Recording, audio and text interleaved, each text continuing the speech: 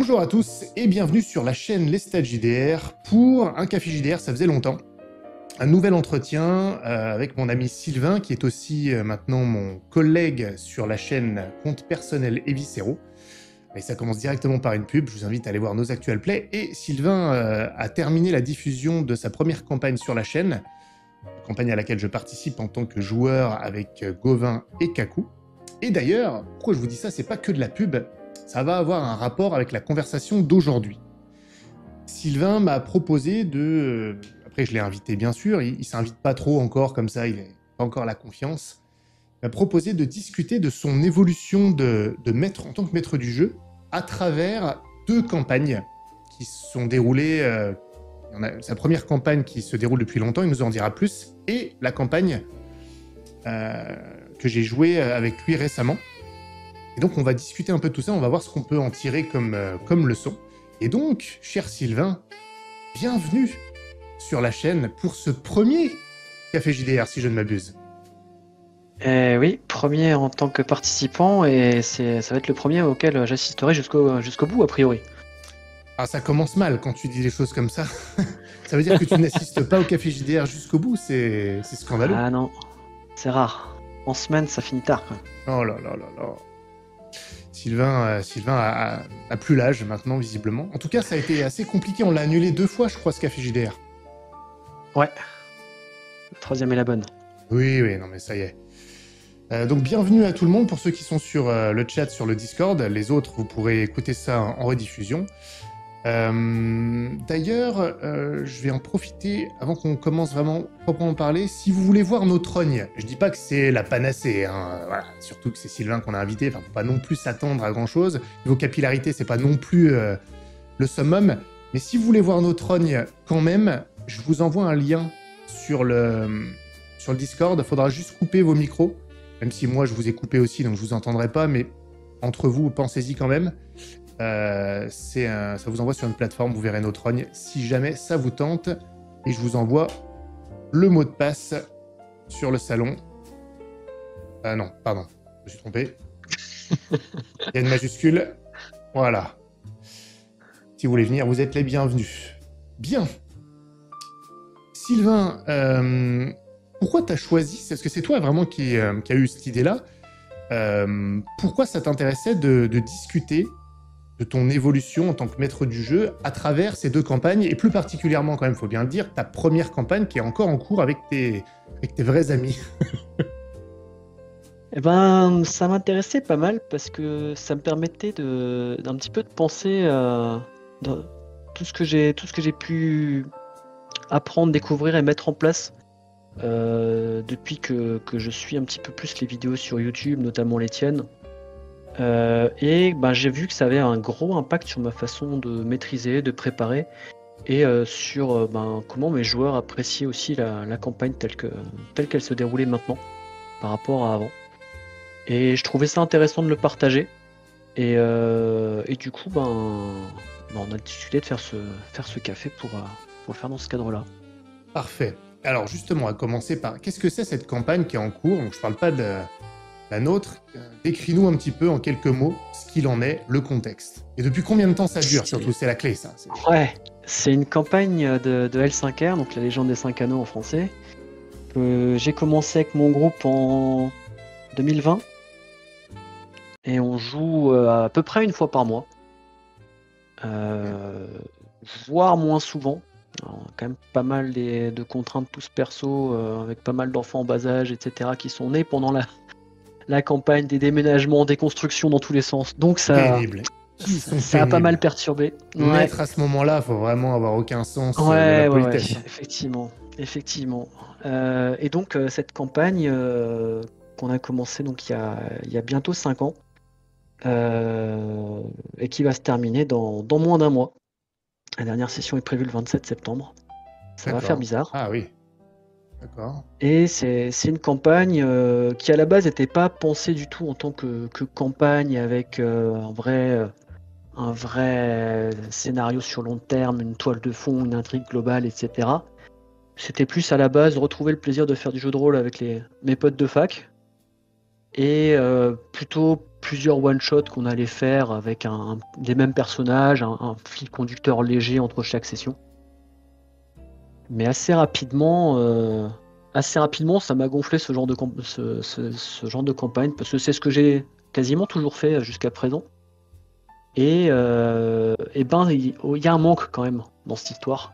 Il y a quelque chose qui me suffit pas, tu vois, à enchaîner des one-shots, à pas avoir quelque chose qui va être sur le long terme. Et c'est aussi souvent ce genre de campagne que j'ai pu faire en tant que joueur ou en tant qu'MJ qui s'arrête assez rapidement parce qu'il y a un manque d'intérêt, parce que on a fait le tour, parce que bon allez, on veut faire d'autres personnages, on veut faire autre chose. Et c'est pour ça que j'ai eu envie de changer de façon de faire à la base. Et c'est pour ça que je suis allé un peu chercher des vidéos sur YouTube pour avoir des conseils, pour avoir des astuces. Ah, donc ça, c'est intéressant parce qu'en fait, si je comprends bien, ce qui t'a poussé à aller chercher les vidéos sur YouTube, c'est que tu avais déjà cette réflexion, il te manquait quelque chose. Ouais. En tout cas, ah, ça, c'est intéressant. Bah, on va rebondir là-dessus. Je me permets à nouveau une parenthèse. Les bas du front du Discord n'arrivent pas à se connecter avec le mot de passe que j'ai proposé. Toi, tu as réussi. Est-ce que tu pourrais Alors, c'était pas le même mot de passe que celui que tu m'as passé. C'est bon? Oui, ça joue peut-être. Je vais couper ça au montage. Je vais le mettre dans la discussion. Ah oui, merde, c'était pas le bon, c'est vrai. Oui, alors voilà. Le mot de passe, non, c'était pas coquinou, c'était cochonou. Bah, c'est vrai que pour moi, c'est interchangeable. Les bas du front sont démasqués. Hein. Effectivement. Bon, très bien, le problème est réglé. Oui, donc je trouve que les autres, si vous parlez de ça à quiconque, je vous fais assassiner. Je vous préviens, c'est dit. Voilà, je vais être censuré encore sur YouTube avec ce mot-là. Assassiner, ils vont m'enlever tous mes droits. Ils l'ont déjà fait. Je vous envoie mes enfants. Bon, donc ouais, ça je savais pas d'ailleurs que c'était ce qui s'était passé. Donc c'est dans ce sens-là. Alors, justement, comment est-ce que tu peux nous donner quelques exemples? J'ai pas mal d'auditeurs qui me disent quand ils écoutent les cafés JDR, demande plus d'exemples à tes invités. Donc je vais te faire bosser un peu. Des exemples dans ta campagne de L5R de choses qu'on puisse passer, ou bref, je te laisse libre de tes exemples, où justement il te manquait quelque chose, qu'on comprenne exactement de quoi il s'agit. Il y a plusieurs choses. Déjà à la base, c'était sur le rythme et la façon, notamment les scènes de combat, qui me posait problème, parce que le système d'L5R il est lourd, très lourd, et je me faisais chier dans les scènes de combat. Les joueurs, bon, ils lançaient des gros dés, ils faisaient des gros scores sur leur jet de dégâts, ils étaient contents, mais ça manquait de quelque chose. Et ça, c'était une des premières choses vraiment qui m'a poussé à aller voir comment je pourrais faire autrement. Et l'autre truc, c'était niveau exemple, c'est un peu dur d'en donner, mais ouais, je voulais réussir vraiment à faire quelque chose où on sentait qu'il y avait quelque chose qui se déroulait d'une session à l'autre, et pas juste ok, le one shot de ce soir il est terminé, la prochaine fois allez, on fera peut-être un rappel à un PNJ qui est passé par là par hasard, mais voilà, c'était vraiment voir comment je pouvais trouver des astuces pour intégrer ça, pour mettre vraiment du lien entre différentes sessions. Voilà. Ouais, au lieu de faire de l'épisodique, en gros, tu voulais, si on fait un petit parallèle avec la télévision, tu voulais passer des séries d'antan en 24 épisodes avec des stand-alone à quelque chose plus comme ce qu'on voit maintenant en 12-13 épisodes où tout se suit à chaque fois. C'est un peu ça, ou est-ce que je schématise Ouais, trop? c'est un peu ça. Alors moi, je voyais même plutôt, tu vois, la différence entre une série de films qui vont se suivre, mais limite, t'es pas obligé d'avoir vu le premier pour voir le suivant, parce que c'était en plus beaucoup plus long que les sessions que je fais maintenant, du coup. Et justement, une série style Game of Thrones ou autre, où vraiment tu suis un épisode se suit, et si t'as pas vu le précédent, il te manque beaucoup de choses. Ouais. C'était vraiment ça, parce qu'effectivement, ça aussi, c'est qu'avant, du coup, comme tu faisais le one-shot, et tu me connais, les one-shots, j'arrive pas à les faire en moins de 4 heures. Donc, pas encore. On terminait souvent à 1h, 1h30, 2h du mat, et Ouais. du coup, ça compliquait aussi beaucoup les choses pour jouer plus souvent, justement. Et moi, j'ai une question là-dessus. Est-ce que tu parles de ta réflexion, tu t'ennuyais sur les scènes de combat, tu voulais plus de liens. Est-ce que les joueurs, eux, qui avaient l'habitude de ce que tu faisais avant, ils sont manifestés avant même que tu exprimes quoi que ce soit? Est-ce que eux-mêmes ils ressentaient ce manque-là ou pas du tout? Et je te laisserai répondre. Si ce n'est pas le cas et si c'est toi qui leur en as parlé, si tu l'as fait, est-ce qu'ils ont trouvé ça pertinent ou est-ce que pour eux, finalement, au départ, avant que tu changes quoi que ce soit, il y avait vraiment rien à redire? Alors, je pense que j'ai un peu anticipé leur réaction à ce niveau-là. Parce que, tu sais, je sentais peut-être aussi, ah bah là, ça devient plus dur de trouver des créneaux, ils sont moins dispo. Tu sais, il y a rien de dit, il y a rien de concret ou de conscient peut-être de leur côté. Mais ça matche moins, c'est moins fluide, etc. Ah, je sens que pendant les sessions, il y a un petit peu moins d'entrain, etc. Et donc c'est aussi ça qui m'a amené à vouloir me dire, cette campagne-là, les personnages qu'on a, j'ai envie de pouvoir pousser un petit peu, j'ai envie de pouvoir en faire quelque chose de plus. Et donc je vais trouver comment faire pour que moi ça me plaise et eux ça les remette dedans aussi. Parce qu'on a joué beaucoup du coup en distanciel comme on a commencé pendant les confinements. Alors que c'est des potes avec qui je jouais exclusivement en présentiel à la base. Ils n'étaient pas forcément non plus tous habitués à faire du distanciel, etc. Et il faut savoir qu'au début, j'avais pas du tout de musique, j'avais pas du tout d'ambiance sonore. Donc ça complique aussi l'implication. On jouait en secret fermé. Hop, allez, on va dans la salle d'à côté, dans le centre Discord d'à côté pour discuter, etc. etc. Donc il y a beaucoup de choses comme ça sur lesquelles j'ai essayé de, sans avoir forcément des retours conscients de leur part, essayer d'anticiper pour justement que ça s'arrête pas en plein vol, quoi. Ok, mais tu vois, ça, c'est des exemples, par exemple. Doublon, mais c'est vraiment ce que je disais tout à l'heure.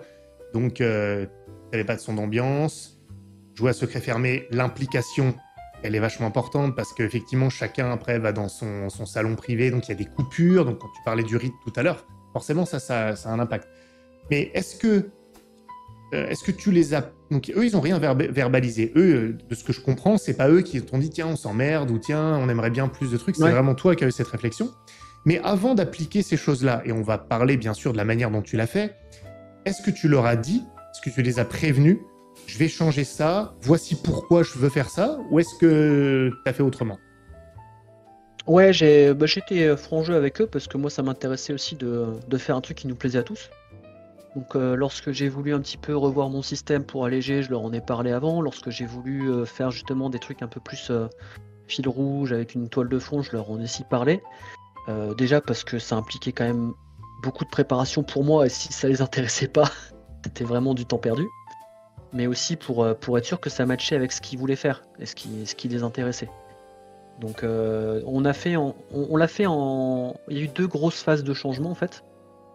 La campagne a eu 3 arcs entre guillemets, hein, c'est pas exactement ça, mais la première où on était vraiment en one shot qui se suivait, avec un très léger fil rouge, mais vraiment très très léger que j'avais essayé de mettre au chausse-pied quoi. Ensuite, on a déplacé l'action dans une région que j'ai créée avec plein de nouveaux PNJ, etc. Où c'était encore un petit peu, on va dire, une soirée égale un scénario, mais les scénarios étaient beaucoup plus liés. Ce qui se passait dans le premier scénario allait avoir beaucoup plus d'impact sur les suivants, les liens avec les différents PNJ, etc. étaient beaucoup plus importants. Et ils ont fait beaucoup plus aussi de roleplay entre les sessions. Par écrit, on discutait beaucoup plus aussi. Et là, j'avais beaucoup de retours de leur part. Sur moi je voudrais parler avec lui, etc. Et en session, en jouant une fois par mois, c'est toujours un peu compliqué de développer tous ces axes personnels, on va dire, qui font pas avancer l'intrigue globale. Donc on a beaucoup évolué sur ces RP entre les sessions par écrit, qui me montraient qu'ils étaient plus impliqués déjà, tu vois. Au-delà du jeu en lui-même pendant les sessions, ça c'était un très bon écho que j'avais. Et donc ça c'était la deuxième phase. Et la troisième phase, celle où on va finir la campagne, là il y a vraiment plus un scénario pour une soirée. Je prépare ma session, je sais à peu près ce sur quoi je veux les emmener, mais on s'arrête quand il y a un moment propice pour s'arrêter et pas quand il y a une résolution. Okay. Ce que je faisais encore beaucoup sur le deuxième arc. Tu peux me dire à peu près, hein, grosse maille, combien de sessions il y a eu pour chacune de ces étapes, grosso modo, qu'on se rende compte un peu? Pour le premier arc, je dirais une dizaine. Ouais. Le deuxième, une douzaine peut-être. Et le troisième, là, on va attaquer, je crois, la 18e session, quelque chose comme ça. Ah ouais, non mais donc ce qui est intéressant, c'est qu'il y a du vécu par phase qui est assez important Ouais. quand même. On est sur un truc qui se fait dans une évolution, qui se fait dans la durée. C'est ça, ouais. Le but, c'était pas de faire une session et de dire ah ouais, ça je veux changer. C'était vraiment de voir à quel point ça me plaisait ou pas, de mettre des choses aussi un peu au fur et à mesure, pas de faire forcément un truc en Big Bang à chaque fois. Mais après, pendant chaque arc, on a eu des changements, que ce soit sur le système ou sur d'autres choses. Typiquement, lorsqu'on a commencé le troisième arc, j'utilisais pas forcément encore autant de musique. J'en avais un petit peu, mais je les ai intégrés aussi un peu au fur et à mesure parce que moi, il fallait aussi le temps que je trouve comment je les utiliserais. Les flashbacks, j'en ai peut-être utilisé à partir de la 7 ou 8e session sur le troisième arc. Ouais. Et ce genre de choses aussi pour aussi plus le personnel et le viscéral, pas uniquement par les flashbacks, mais aussi par les PNJ, par les choses qui se passaient, etc. Tu vois, pour pas non plus tout changer d'un coup. Est-ce que tu dis, alors on va en parler ça. Je pense que ce troisième arc va être ce qui va le plus nous intéresser. Sauf si tu me contredis sur ma prochaine question, est-ce qu'on peut considérer qu'il y a plus de changements dans la façon de jouer cette campagne sur le troisième arc, entre le deuxième et le troisième, qu'entre le premier et le deuxième? J'ai la sensation que le deuxième arc, il y a une petite évolution, mais elle n'est pas non plus flagrante, là où entre le deuxième et le troisième, ça change beaucoup. Ouais, entre le premier et le deuxième, la grosse évolution, c'était vraiment de faire une toile de fond et vraiment les sessions qui sont plus liées. Mais sur le troisième arc, c'est là où il y a eu le plus de changements, que ce soit entre les deux arcs ou même au sein de l'arc. D'accord. Donc finalement, quand même, vu que c'est un aspect important, restons sur le deuxième arc un instant. Est-ce que ce changement de l'entrée en jeu d'une toile de fond, est-ce que ça a été remarqué par les joueurs? Qu'est-ce que ça a changé dans le jeu lui-même, dans la manière dont toi tu l'as vécu et dans la manière dont les joueurs, eux, l'ont vécu et les retours qu'ils t'ont fait? Ça a changé pas mal de choses parce que justement, il y a eu beaucoup plus de leur part d'implication, beaucoup plus d'envie d'aller vers les PNJ et vers les petites choses que je mettais en arrière-plan. Il y avait des petits détails qui les intéressaient, sur lesquels ils voulaient se pencher. Donc qu'on a beaucoup fait à l'écrit du coup, hein, pour gagner du temps. Et ça, clairement, ça fait partie de la toile de fond que tu mets en place, l'intrigue globale, etc. Ça leur a vraiment beaucoup plu. Et ils ont aussi apprécié ce début de continuité, on va dire, entre les sessions, et pas se dire, ok, ce qu'on a fait la semaine dernière, on met un mouchoir dessus, on oublie, maintenant il y a un nouveau one-shot. Ça leur avait vraiment plu aussi, le fait de se dire, ok, ce qu'on fait, ça dure un peu dans le temps quand même. Il y avait un de mes joueurs qui avait commencé déjà au tout début à faire un petit compte rendu de campagne, mais vraiment rédigé du point de vue de son personnage. Et je l'ai relu un petit peu en préparant le troisième arc, et j'ai vu le changement de ton qu'il y avait en fait dans les comptes rendus. C'était beaucoup moins factuel, beaucoup plus lyrique entre guillemets, parce que ça l'intéressait plus, son personnage avait plus de choses à faire, etc. Est-ce que ça voudrait donc dire que la toile de fond va capter l'intérêt des joueurs et les immerger plus dans une histoire? Oui, clairement. Clairement, et le suite du MJ aussi, parce que moi j'étais beaucoup plus intéressé aussi, hein. Clairement. Désolé si je bouge dans tous les sens, c'est parce que j'ai mon chat qui a décidé que je ne pouvais pas rester calme. Hop, on tolère les animaux, il y en a tellement sur le Discord et sur... de toute façon, on est obligé de les tolérer. Non mais ça, c'est intéressant. C'est intéressant. Je pense que ça montre... je me permets une réflexion là-dessus. Salut le chat. C'est vrai que ça montre que la toile de fond, quand elle permet de connecter le MJ et ses joueurs, je trouve, d'une manière plus importante, c'est c'est presque un vecteur de communication où on se connecte un peu plus pour jouer. Et je trouve que la toile de fond qui permet un peu ce personnel, qui donne des choses à faire, qui donne du contenu, de la matière, en fait, bah, nous permet plus de trouver une zone intermédiaire où on peut se retrouver réellement en jeu. C'est pour ça que j'en parle tout le temps. Moi-même, la toile de fond, c'est un truc qui est hyper important. Parce que quand elle est pensée, en tout cas c'est mon cas, là je sors un peu de du rapport que tu nous fais, hein, je me permets ma propre réflexion, ça m'inspire pas mal. En fait, quand je pense une toile de fond, je pense pas seulement une toile de fond de ce qui est cool, de ce qui ferait une bonne histoire, mais de ce qui donnerait suffisamment de jeu pour qu'on puisse avoir ces moments. C'est une toile de fond qui a un potentiel de jeu.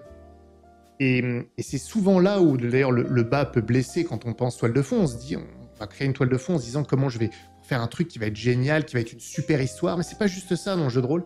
C'est une toile de fond qui va permettre des moments de jeu et donc de connexion entre les joueurs et entre le groupe et le MJ, enfin, je pense. Oui, effectivement, je pense que c'est important cette sorte de connexion dont tu parles. Parce que s'il n'y a pas de connexion entre les joueurs et les MJ sur la toile de fond, ça veut dire que l'histoire elle est pas adaptée au groupe d'un côté ou de l'autre. Puis on le voit avec la réaction de tes joueurs que tu as testé quand tu as commencé à ouvrir les vannes entre les parties. Ils ont eu ce réflexe, cette volonté de se connecter entre eux et de faire ce RP. Alors attention, hein, je sais qu'il y a plein de joueurs, et il n'y a aucun problème avec ça, qui n'aiment pas jouer entre les parties. Parce que pour plein de raisons, c'est pas ce qui leur plaît. Je dis pas que c'est vrai pour tout le monde, mais au moins, on voit dans la réaction de tes joueurs cette volonté qui demandait que ça, en fait, de trouver un truc qui leur permet de se connecter et d'en rajouter, en fait. Et je pense que c'est ce que tu leur as donné avec cette toile de fond. Parce que c'est quelque chose que j'avais déjà évoqué dans le premier acte, en fait. De pouvoir, s'il y avait des trucs qu'ils voulaient faire entre les sessions, qu'ils n'avaient pas eu le temps d'aborder ou autre. Et j'avais eu très très peu de retours sur ce point, un ou deux, liés plus au secret des personnages. Tu vois, ils voulaient faire un truc vraiment lié à son personnage qu'ils ne pouvaient pas faire pendant les sessions parce que c'était trop compliqué à mettre en place. Mais pas par rapport à l'histoire en elle-même. Et à partir du moment où on a eu ce changement, dès la fin de la première session, j'ai eu des intérêts par les joueurs à faire ces RP qui étaient déjà suggérés avant, proposés avant, qui les motivaient pas. Et là, vraiment, dès le début, quoi. C'était dès la première session, ils ont senti dès la première session qu'il y avait plus de choses à creuser et ça les a titillés, quoi. Ça leur a donné envie. Donc ouais, clairement. Et tu as eu des retours autres, parce que là c'est la manière dont ils se comportent en jeu qui te donne ça, ce qui est la meilleure manière hein, de voir. Et est-ce que tu as eu des joueurs qui se sont vraiment exprimés HRP en fait, en disant tiens, ça c'était vraiment bien, qui est ça ouais, Ouais. Ouais, c'est ça. Ah ouais, j'ai les joueurs qui quasiment tous m'ont dit que ça les intéressait plus de faire comme ça, d'avoir cette histoire vraiment qui se poursuit et que bah, qui faisait vivre leur personnage vraiment quoi. Et qu'ils avaient aussi beaucoup plus justement tous les petits à côté qui font que ton personnage il est tangible. Il est pas juste une fiche perso. De se dire ah bah il y a tel personnage qui a quelque chose qui intéresse vraiment le mien, mais pas juste pour enquêter. Il y a un lien qui peut se faire avec tel autre PNJ et telle histoire, etc. Et ça, c'est vrai que ça les a vraiment intéressés. Et donc quand tu as vu fort de ce succès-là, tu as joué une dizaine de sessions sur ce second acte, ou 12, je sais plus, peu importe. Ouais. Et après, tu es passé sur le troisième. Si je comprends bien, c'est aussi dans ce passage avec le troisième, détrompe-moi hein, si je dis une bêtise, mais où tu as commencé à aller gratter d'autres infos sur YouTube, c'est là où tu es allé un peu plus proactivement, c'est à ce moment-là ou c'était déjà le cas avant? Plus proactivement, j'avais déjà 2-3, pour la préparation du deuxième acte, j'avais déjà regardé 2-3 vidéos, etc. Mais c'était plus sur le world building peut-être que sur le reste. Ok. Et là, à ce moment-là, je me suis dit, ok, le world building, je vois comment je veux faire mon monde, je vois comment je veux préparer mes PNJ, mes machins, mes trucs. Maintenant, je veux creuser un peu plus sur le reste, parce que je suis assez stable sur mes appuis sur la création de la province. Je veux aller plus loin sur le reste.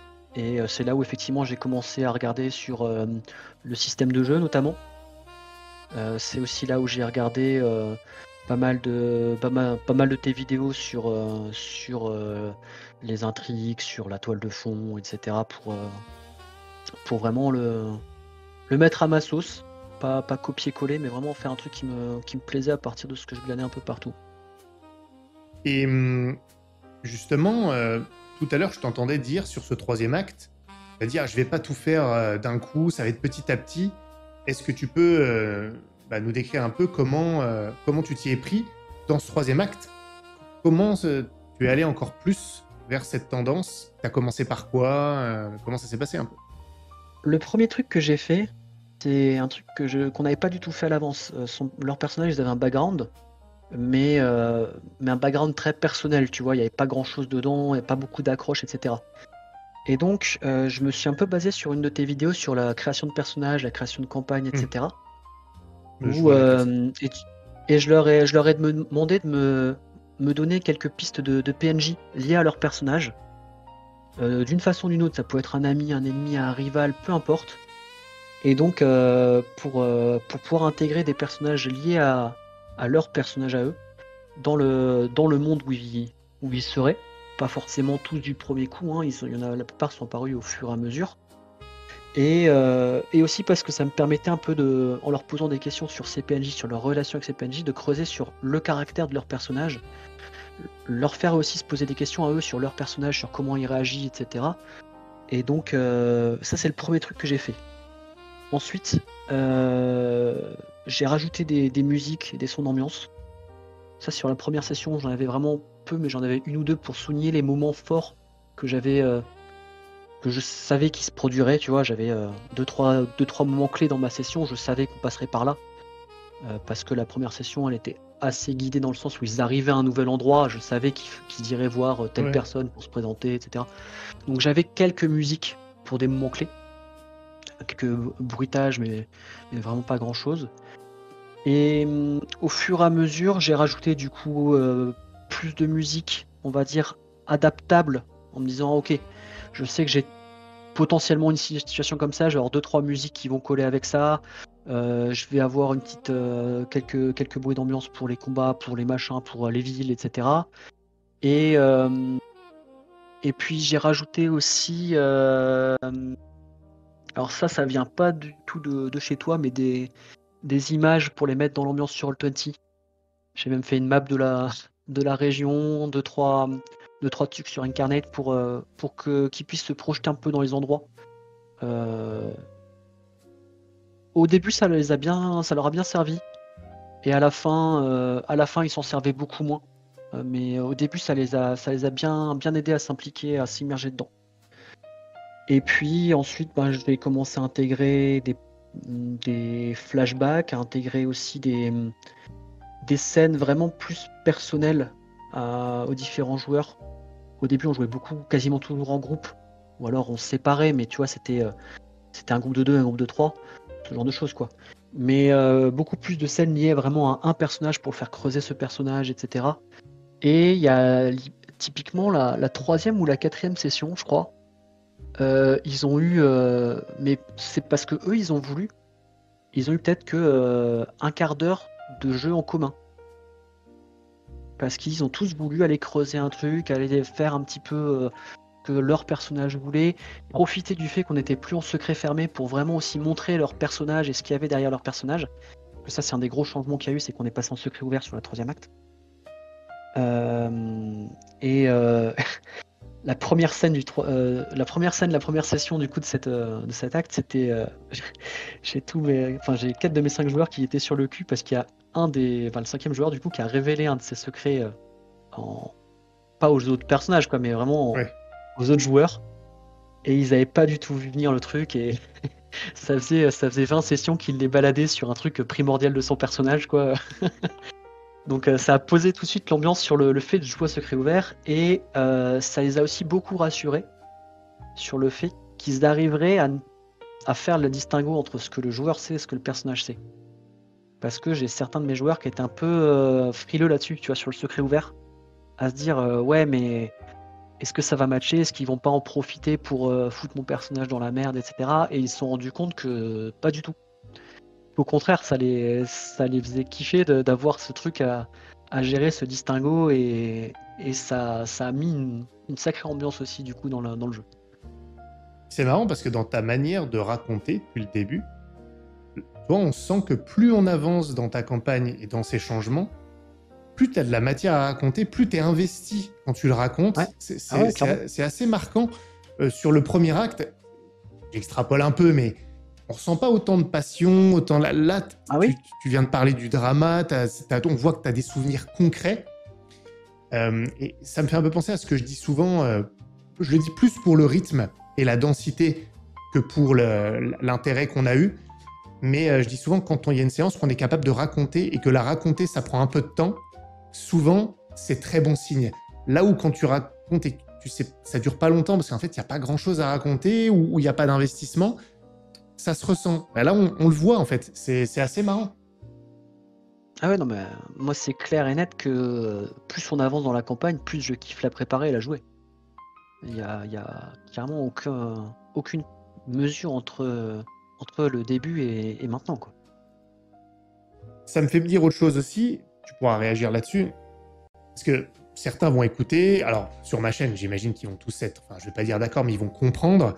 Mais on pourrait se dire qu'il y a d'autres types de joueurs qui sont moins intéressés par les aspects qui t'intéressaient et qui pourraient se dire, oui, bon, bah là, parce que t'es passionné, parce que t'as trouvé ce qu'il te faut à toi, mais c'est pas forcément ce qu'il faut à d'autres. Ce qui est vrai, hein, on le remet pas en question là-dessus. Néanmoins, moi, je me pose une question aussi, parce que tu me parles de tes joueurs, là. Tu me dis, bon, il y en a qui avaient peur de ne pas pouvoir faire la différence entre RP et HRP, puis en fait, ils se rendent compte que oui. Donc, ça change leur perspective. On voit qu'en fait, tout ce que tu as mis en place entre tes 3 actes, les changements, ça a changé aussi tes joueurs. Ils se sont rendus compte de certaines choses. Et je me dis que tes joueurs, si il y a 2 ans, on leur avait parlé de tout ça sans qu'ils le vivent, peut-être qu'ils se seraient aussi dit, oui, non, ça, c'est pas pour moi, parce que je saurais pas gérer les secrets, peut-être. Tu vois, alors qu'en fait, en le vivant, eh ben, ils se rendent compte que si, ils aiment, justement. Ouais, ouais, clairement. Ça les a fait un peu changer aussi. Je pense que ouais, je pense que ça les a fait changer un petit peu leur façon de jouer, et qu'ils s'éclatent plus en jouant comme ça maintenant que ce qu'on avait avant.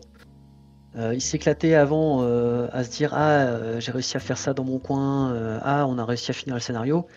Et maintenant c'est plus vraiment l'éclate de ce qu'ils ont vécu avec les autres personnages, et le global que plus de la satisfaction personnelle, tu vois.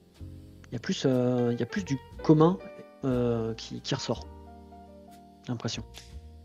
Bah, moi, ça rejoint un peu ma devise. En fait, c'est la sensation plus de vivre une expérience et de jouer pour l'expérience que ça va procurer, plus que pour simplement réussir des trucs. Je schématise un peu, j'ai bien conscience qu'il y a une forme de caricature là-dedans, hein, voilà. Mais on va plus sur un domaine d'une expérience à vivre, qui est pas subie, hein, néanmoins. On y reviendra sans doute là-dessus, mais parce que c'est un des travers potentiels de ce style de jeu, c'est qu'on peut après aller trop vers l'inverse et vouloir faire vivre un truc préconçu. C'est pas du tout l'idée.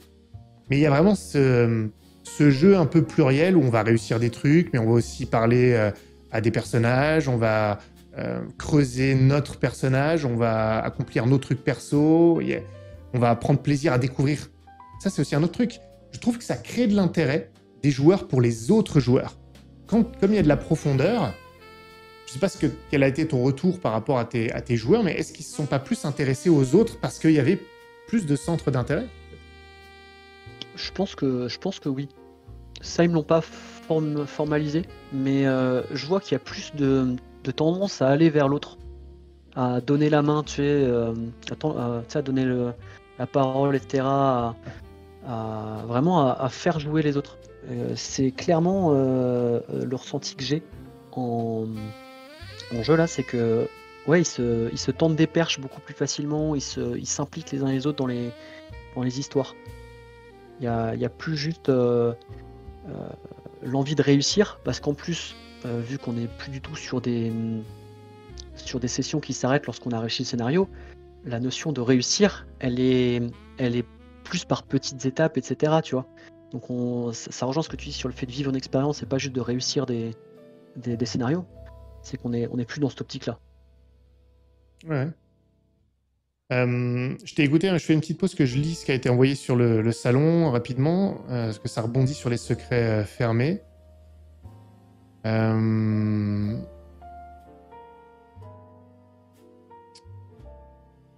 Bah, c'est marrant parce qu'en plus j'allais réagir là-dessus. C'est Zadok qui nous parle de ses expériences de campagne secret fermé, secret ouvert, où il dit qu'il a pu vivre les problèmes posés par les deux cas. C'est marrant qu'il dise ça parce que j'allais moi rebondir sur ma vision là-dessus. Je trouve que c'est hyper intéressant cet aspect-là parce que c'est pas juste une histoire de secret fermé ou de secret ouvert. Même moi, j'aime pas trop dire que je joue à secret ouvert parce que c'est pas systématiquement vrai. En revanche, il y a une raison pour laquelle c'est souvent le secret ouvert qui est privilégié. Et c'est pas parce que j'ai envie que ce soit secret ouvert. Il y a une vraie raison de pratique de jeu. C'est que le secret fermé va faire que les joueurs jouent moins et qu'il y a des coupures et qu'il y a de la perte d'immersion parce que la communication, quand il s'agit de faire des choses en secret fermé, imagine ton secret fermé, pardon, je digresse un peu, mais ton secret fermé implique que tu ailles faire quelque chose qui va prendre du temps. Comment tu joues ça s'il faut t'exclure? On va te faire un scénario pour toi à côté, enfin c'est hyper chiant. Je trouve que la norme du secret ouvert permet de jouer ensemble plus souvent. On est vraiment un groupe, on joue le groupe de joueurs et on va moins casser le rythme en se séparant, en disant toi tu vas aller dans le salon d'à côté. Et rien que pour ça, moi c'est pour ça que j'ai cette norme-là. Pour autant, le terme secret, il est peut-être un peu fort.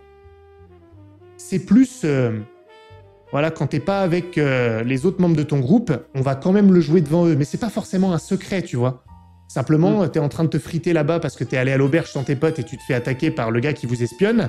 Les autres joueurs sont pas censés le savoir, mais je trouve que c'est marrant qu'ils voient ce qui est en train de se passer pour aussi stresser en tant que joueur, alors même que leurs personnages ne le savent pas. Il n'y a pas de secret au sens strict. C'est pas un secret que le joueur cherche à cacher. Donc, le côté secret ouvert, c'est en fait beaucoup plus large que le secret. C'est jouer de manière ouverte, pas que les secrets. Et désolé si c'est un peu long, parce que j'y vais quand même apporter une nuance. Il y a certaines choses que je garde secrètes. Mais en général, c'est des trucs qui vont pas se jouer à la table. Parce que ça, c'est hyper chiant. Quand on doit jouer quelque chose de fermé, isolé, je le fais jamais, en fait. C'est des trucs que je vais savoir qu'un joueur va m'envoyer soit éventuellement par MP, soit il me l'aura dit entre les sessions et je vais considérer qu'il l'aura fait. Tu vois, ce genre-là, je vais jamais séparer la table au moment où on joue. Je vois bien. Et pour te donner concret, un de mes joueurs, donc celui qui a révélé dès le début du troisième acte, son secret, c'est qu'il passe pour être un samouraï ultra honorable, un clan très honorable, et en vrai, c'est un ninja d'un autre clan. D'accord. Donc ça, en tant que secret, tu vois, ça le faisait faire des actions qui collaient pas du tout avec son personnage et qu'on était obligé de faire en privé. C'était pas du PVP, c'était pas du... Parce que le secret ouvert en PVP, j'ai jamais testé, mais je pense que ça doit être un peu moins agréable sur le long terme. Mais en tout cas, du coup, il voyait pas comment jouer ça en secret ouvert au début. Ouais. De se dire, ouais, mais vraiment, la fondation de mon personnage, c'est ce secret, quoi. Il avait créé son personnage autour de cette histoire-là. Qui amenait beaucoup de jeux au final, hein, parce que ça c'était pas juste un secret et on n'en parle plus, mais ça amenait pas mal de choses en jeu. Et du coup, ça, je vois. Tu peux pas le jouer ouvertement sans donner le secret. Mais clairement, ça veut pas dire qu'ils partagent tous tout leur background et que le moindre chose qu'ils ont écrit sur leur fiche, sur l'histoire de leur personnage est disponible pour tout le monde à tout moment. Parce que je sais qu'il y en a aussi qui jouent comme ça en disant on partage toutes les fiches perso de tout le monde, la moindre petite chose. Mais ça veut dire aussi que en jouant, enfin tel que moi je vois le secret ouvert, ça veut dire qu'il y a quand même des surprises pour les autres joueurs quand il y a des éléments du background qu'ils ne connaissent pas encore qui arrivent en jeu. C'est précis, t'as tout à fait raison, c'est précisément pour ça que le terme secret ouvert, en fait, il est pas bon. Enfin, en tout cas, dans moi, la manière dont je le fais et dans ce que je comprends de ta vision, secret ouvert, ça donne l'impression, et je vais prendre un exemple que Zadok est en train de donner sur Discord, ça donne l'impression qu'on va jouer à Alien en sachant toutes les motivations secrètes des personnages potentiellement antagonistes. Oui, en termes de termes exacts, oui, ça voudrait dire ça. Mais en fait, moi, c'est pas ça que je prêche, parce que ça peut pas marcher dans ces cas-là. Moi, j'ai eu des campagnes bien connues pour ceux qui suivent les actual plays, ou même pour toi maintenant, où il y a des secrets, tu sais pas, il y a des éléments du background des joueurs qui sont découverts par d'autres. Tout ça n'est pas mis sur la table dès le départ. Ce qui est mis sur la table dès le départ, c'est les actions que vont faire les joueurs à la table, même quand les autres personnages sont pas censés les voir. C'est pas tout à fait la même chose. C'est même parfois intéressant, on se dit mais pourquoi il fait ça, ce con? Pourquoi il est en train de faire ça là-bas? Et tu sais pas pourquoi, ça peut mettre un doute. Ouais. T'as pas dévoilé un secret, mais t'as agi d'une certaine manière. En fait, c'est ça. C'est... En gros, moi, je me poserais toujours la question, comment jouer? Je réfléchis en même temps que je parle, hein, c'est pour ça que c'est pas forcément ultra construit. Comment jouer à secret fermé en jouant de manière ouverte? Comment garder les secrets le plus longtemps tout en jouant toujours tous ensemble autour de la table sans qu'il y ait de coupure? Moi, c'est ça que je fais. Et donc, il y a un arbitrage. C'est plus du jeu ouvert que des secrets ouverts. Voilà, c'est ça. C'est ça. On est d'accord sur la façon de le faire. Oui, oui. Et donc, Zadok, oui, je te réponds. C'est plus une notion de hors-champ, comme tu dis, qu'on va jouer quand même à table, que de dévoiler les secrets. Je vais prendre un exemple concret que j'ai vécu de secret ouvert au sens strict du terme. C'est sur la campagne Dead Genesis du bon MJ que j'ai joué avec Renard. Maître Renard, c'est là-dessus d'ailleurs que j'ai fait sa connaissance, où il jouait un traître et depuis le début, on sait que c'est un traître. En plus, on sait qu'il va me trahir moi. Et tous nos roleplays, je sais que c'est un enfoiré qui est en train de... Moi, j'étais aussi un enfoiré au passage, hein, mais d'un autre genre. Ça ne nous surprend pas. Et là, c'est un vrai secret ouvert. Je sais qu'il va me trahir, je sais que son but, c'est de me trahir. Donc, c'est un vrai secret ouvert qui change complètement la dynamique autour de la table, il faut pas se mentir. Sur une campagne longue, tout ça, c'est moins mon délire. Mais voilà, mais donc oui, c'est plus... je ne sais plus le terme que tu as utilisé, Sylvain, pardon, c'était mieux hors champ ou... Jeu ouvert. Ouais, jeu ouvert. Jeu ouvert. Jeu ouvert que secret ouvert. Cela étant dit, s'il y a un moment, et c'est là où c'est... Le joueur doit aussi être bon parce qu'il doit prendre en compte le côté méta de si je fais ça, les joueurs vont se poser des questions sur un secret que j'ai pas envie de dévoiler parce que les joueurs, ils savent que je suis en train d'aller causer à mon contact là-bas. Il peut y avoir des choses qui se font en privé, mais par MP ou entre les parties. Si par exemple le joueur il donne des informations à un PNJ, il n'est pas obligé de le faire en jeu. Il pourra peut-être dire au MJ entre les sessions, écoute, je vais aller voir mon contact et lui donner les infos. Et au pire, si le MJ veut laisser une chance aux autres joueurs d'être au courant de ça et de s'en rendre compte, de le voir ou de se réveiller la nuit, je sais pas, quand lui il se barre, il peut peut-être faire un joueur, un jet au joueur qui est en train d'essayer de faire ça, et s'il le foire, on va jouer la scène lors de la prochaine session, tu vois. Vous vous réveillez et vous voyez votre copain, t'es en train de faire quoi d'ailleurs? J'étais en train de partir, et là, tout le monde se regarde, on sait pas pourquoi, on n'a pas enlevé la possibilité aux autres joueurs de voir qu'il y avait un truc, et on joue tous ensemble, et on est toujours à secret fermé. C'est le beurre, l'argent du beurre et le pot de la crémière, et peut-être même la crémière aussi. Ça en fait des choses. Même si, et après je vais te relaisser la parole, parce que là, ça m'inspire énormément ce sujet-là, même si Zadok dit oui, les MP, donc c'est très bien en distanciel grâce à ça, même si moi, je suis pas un fan du MP, souvent je les vois pas, tardivement. Ouais. Donc j'utilise un peu, mais très peu, je préfère à la limite que... Ce qui est intéressant dans les secrets à jeu ouvert, les secrets fermés sur du jeu ouvert, c'est des secrets qui risquent pas de sortir tout de suite. Parce que si tu as un secret où, dès la première mission, tu es censé trahir sur une campagne, le secret, il n'est pas adapté à la campagne. Tu vois, c'est aussi ça. On parlait d'Alien tout à l'heure, c'est souvent, pas toujours, mais des one-shots, c'est pas le même délire. C'est sûr que là, ton secret va sortir très vite. Il y a ça aussi, il faut que les secrets autour de la table ils soient adaptés au style de campagne ou de one-shot que tu vas jouer. Si c'est censé durer 6 mois avec 25 sessions, il ne faut pas un secret qui doit être révélé à la moindre occasion. Il faut qu'il ait l'opportunité, le joueur, de le garder pour lui. Ouais, de choisir quand le révéler aussi. Ouais, ou en tout cas, que le moment où il va devoir risquer de le révéler soit peut-être un peu tardif. si dès le début il est censé agir en fonction de ce secret, tu prends le risque effectivement qu'il se fasse shooter dès le départ. Et donc c'est pas adapté à une campagne longue si tu es censé faire une campagne longue. Il y a ça aussi, c'est le rôle du MJ, on en revient à la toile de fond. Les secrets des joueurs, c'est aux joueurs d'arbitrer est-ce que ça s'intègre bien dans la toile de fond et le type de campagne qu'on est censé jouer, c'est aussi ça. Ouais. Parti en tangente là quand même. C'est pas grave, c'est ça qui est intéressant. Ouais. Non mais ça montre que ça a pu avoir un vrai impact. Moi j'aime bien dans tout ce que tu me dis le fait qu'on voit que les joueurs sont influencés, eux-mêmes évoluent, s'adaptent et réalisent des choses sur ce qu'ils aiment.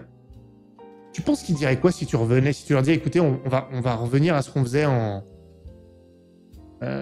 session, en cycle 1. Est-ce qu'il y aurait des contestations ou est-ce qu'ils s'en foutraient, à ton avis? Je sais que j'ai un des joueurs qui m'a dit que ça le botterait plus de revenir à ça, quoi. Et que justement le fait de jouer en distanciel, il aime pas trop, mais tel qu'on le fait maintenant, ça lui plaît. Alors que ce qu'on faisait au début, il commence à en avoir marre, même si c'était pas encore conscient lorsqu'on a commencé à changer, tu vois. Ça c'est vraiment, vraiment intéressant, l'impact que toi, ce que tu fais, ça peut avoir sur tes joueurs. Puis eux-mêmes vont te nourrir parce que tu les vois motivés. Donc Oui, c'est un cercle vertueux pour le coup. Ouais. Cercle vertueux, personnel et viscéral. Et donc. C'est beau. C'est beau, c'est beau. Bon, cela dit, je t'ai entendu dire un truc tout à l'heure, je l'ai gardé dans un coin de ma tête, de le ressortir. Tu l'as dit quasiment au tout début. Parce que là, il y a plein de choses. T'as parlé du son, t'as parlé de tout ça, ok. Il y a beaucoup de choses que t'as rajoutées. Et tu as dit tout à l'heure, oui, en plus, je voulais m'assurer que ça leur plairait, donc je leur en ai parlé avant, parce que quand même, ça allait me demander plus de préparation. Donc moi, j'aimerais bien savoir quel a été l'impact de toute cette joyeuseté, impact très positif, certes, et sur ta préparation. Comment elle a changé? Comment elle est différente? Est-ce qu'elle dure plus longtemps? Est-ce que c'est plus d'investissement pour toi? Alors, j'ai eu une... Au début, je faisais que des one-shots. Donc, je préparais un scénario quasiment pour chaque session. Donc, ça fait beaucoup de préparation jetable. Clairement. Ouais. Dans le deuxième arc, j'ai préparé un endroit, j'ai préparé des PNJ, etc. Ça m'a pris du temps à préparer ça. Et après, j'ai passé beaucoup moins de temps à préparer les sessions, les one-shots, on va dire, parce qu'ils s'intégraient tous dans une histoire, que j'avais une idée un petit peu de l'histoire et comment je voulais la faire évoluer.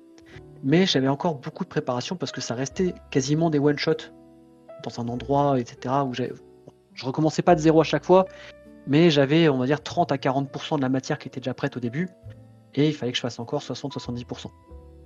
Et par contre, lorsqu'on est passé sur l'arc 3, j'ai commencé à le préparer peut-être 6 ou 7 mois avant qu'on commence vraiment à jouer dedans. Et j'ai préparé une quantité de trucs invraisemblables. Je crois que j'ai 200 PNJ, ils en ont rencontré 40.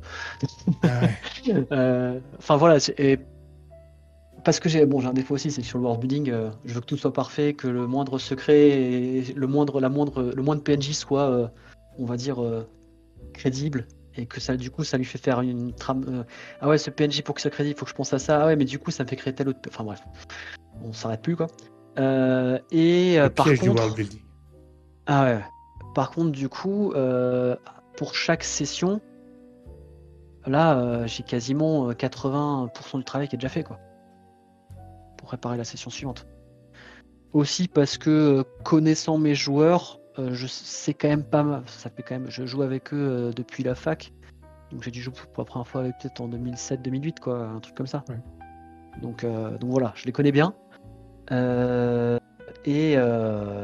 Clairement, je suis capable, on va dire, d'anticiper un petit peu les choses qu'ils veulent faire. Donc, je prépare d'une session à l'autre.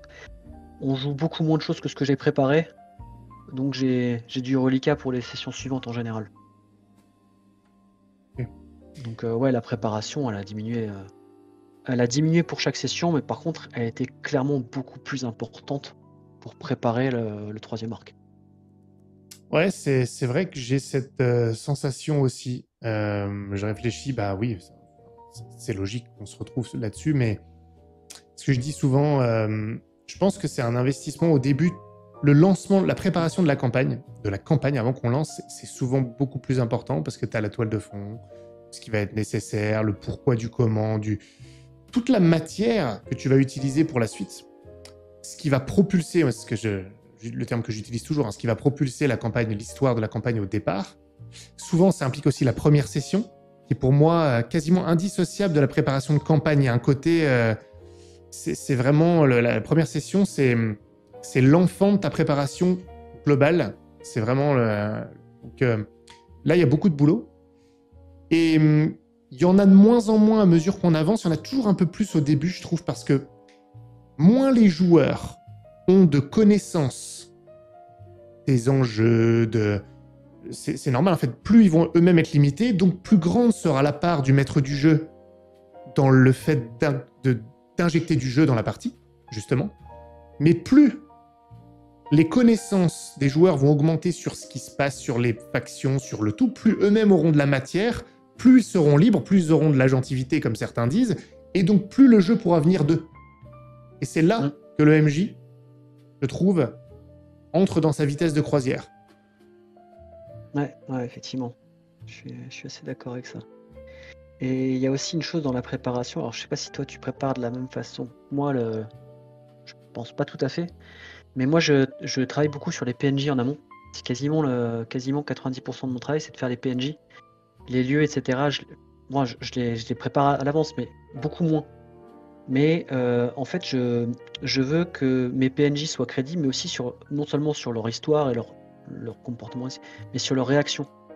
Et donc, en fonction de comment les joueurs vont interagir avec les PNJ ou avec le monde, eh ben, les réactions des autres PNJ du monde autour d'eux est assez logique dans ma tête. Et donc, c'est vrai que niveau préparation, là-dessus, je gagne beaucoup de temps parce que c'est évident dans ma tête que tel PNJ va réagir à telle autre chose de telle façon.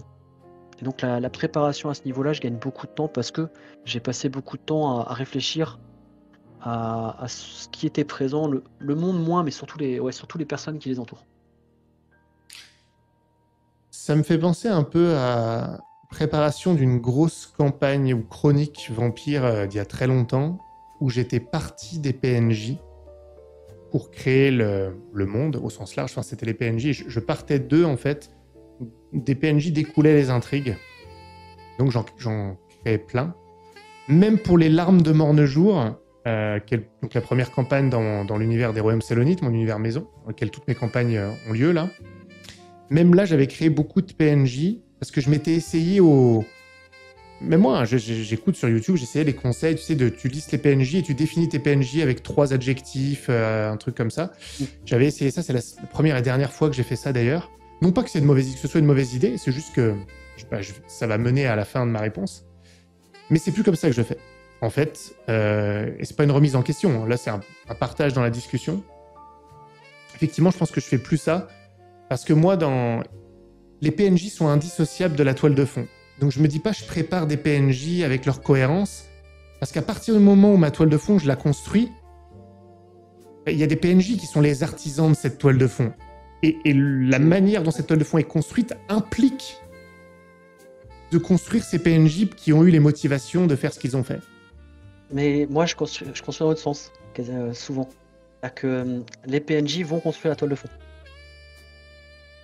Dans ma préparation. C'est à ça que justement je m'opposais. Je voulais faire ce contraste, même si, et c'est un peu dur à expliquer, c'est pas tout à fait l'opposé, parce que c'est pas je construis une toile de fond et ensuite je vais inventer des PNJ qui s'intègrent dedans. Non, ils sont les maillons de la toile de fond, mais ils naissent avec les idées. Parfois le maillon naît avant, parfois c'est le segment qui naît avant, et tu vois. Et je me dis, tiens, qui aurait pu faire ça? Et donc je crée un PNJ qui s'intègre et qui a ses raisons. Parfois c'est autre chose. C'est presque la même chose pour moi. Les PNJ sont des éléments de la toile de fond. Je les isole pas. C'est un peu dur à expliquer. Ouais, non, je vois ce que tu veux dire. Je sais qu'il y a... Tu sais, c'est comme quand tu parles avec des écrivains, et il y a c'est quoi, c'est le jardinier, l'architecte, ou je sais plus quoi. Il y a 2 façons de faire, et Et c'est un petit peu la même chose que tu retrouves. Alors, c'est comme pour tout, c'est pas du tout noir ou tout Bien blanc. sûr. Mais on penche généralement plus d'un côté ou de l'autre, quoi. Ouais.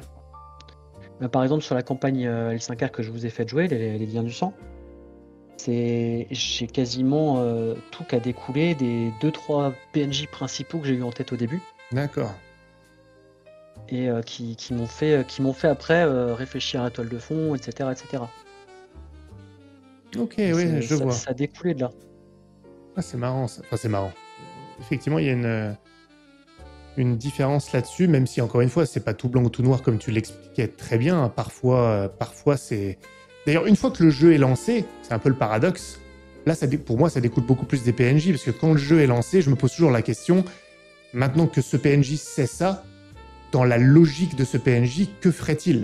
Donc, là, après, le monde va réagir en fonction des PNJ, mais sinon, toi, par exemple, je vais essayer de pas spoiler, mais bon, maintenant, à ce stade, on s'en fout, la campagne au nom des pères, toute la toile de fond et toutes les manigances qui ont eu lieu autour de la grande révolte de Carmandras, là, tout ce qui a créé ça, donc en fait, le PNJ qui a orchestré tout ça, rien qu'en fait, en imaginant ce qu'il a orchestré, ben, ça le définit, ce PNJ. Et puis, dans certains moments, je disais, bon, bah là, qu'est-ce qui a pu se passer dans cette toile de fond?